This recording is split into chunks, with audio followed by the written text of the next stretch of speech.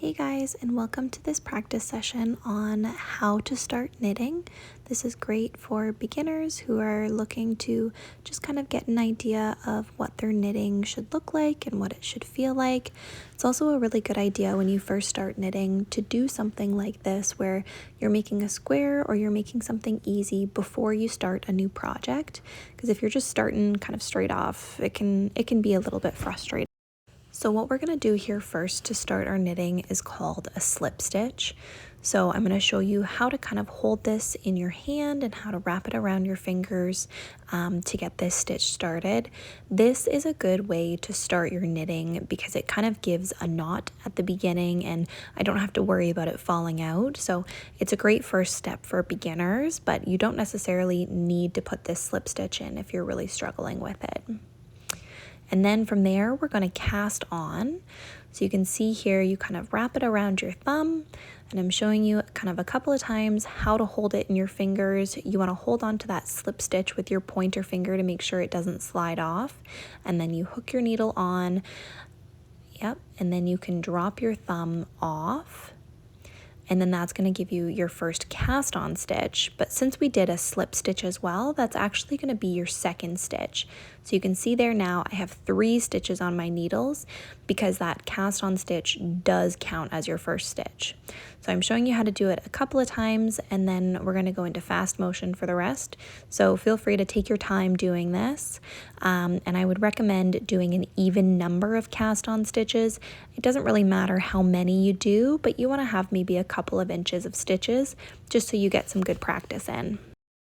Okay, now that we have all of those cast on, we're going to move on to our next step, which is going to be knitting our work. So we're going to start by knitting the whole way across, and I'm going to show you how to start this stitch, and then we're going to do this the whole way so that you can really get used to what a knit stitch feels like.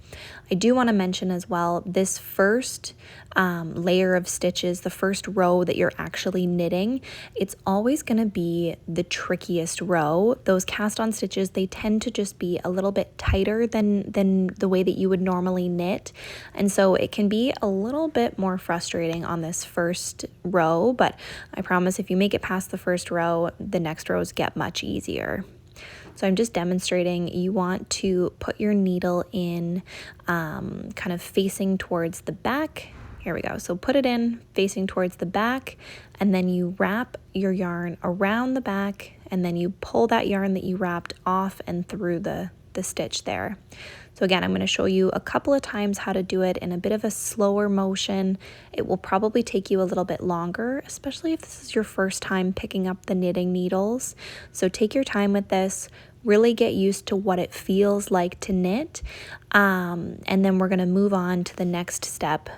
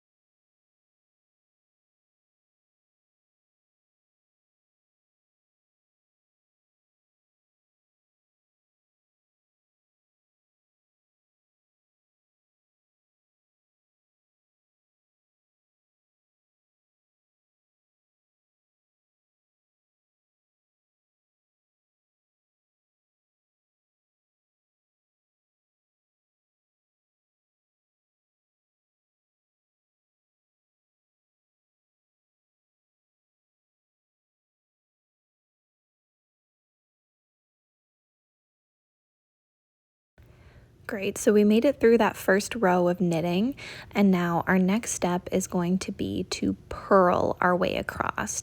And so this stitch is a little bit different. It's basically doing a backwards knit stitch. It's really important to keep your yarn in front of you for this one. So when you're knitting, you always want to keep your yarn to the back, but when you're purling, you always want to keep your yarn to the front. So notice how it's in front of me so that I can wrap it around the front of that needle.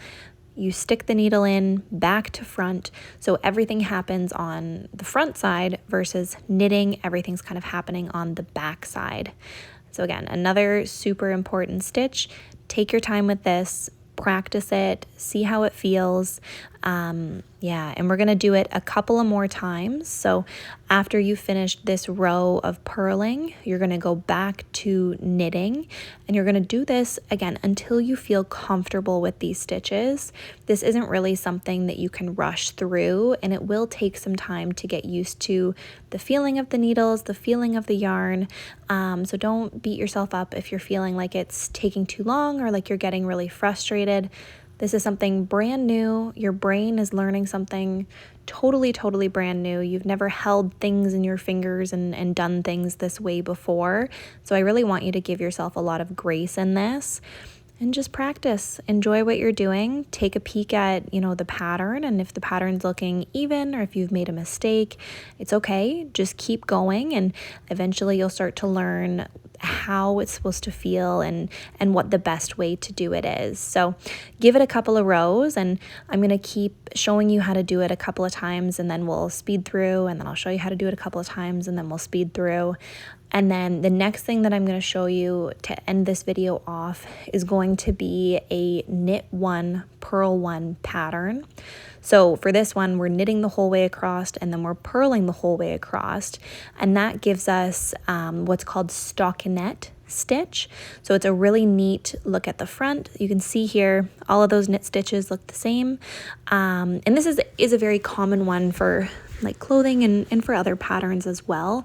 The knit one, purl one is a little bit more of like a stretchy knit, and it is very common in a lot of patterns too. So I thought that would be a good one to show you as well. But first off, practice that stockinette stitch until you're very comfortable with it.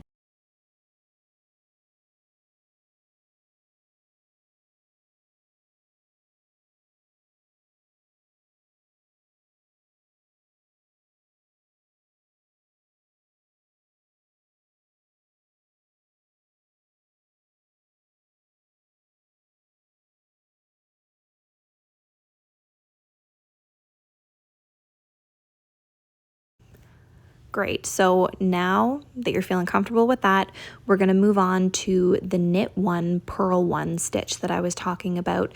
And for this one, you have to have an even number of stitches cast on for it to work.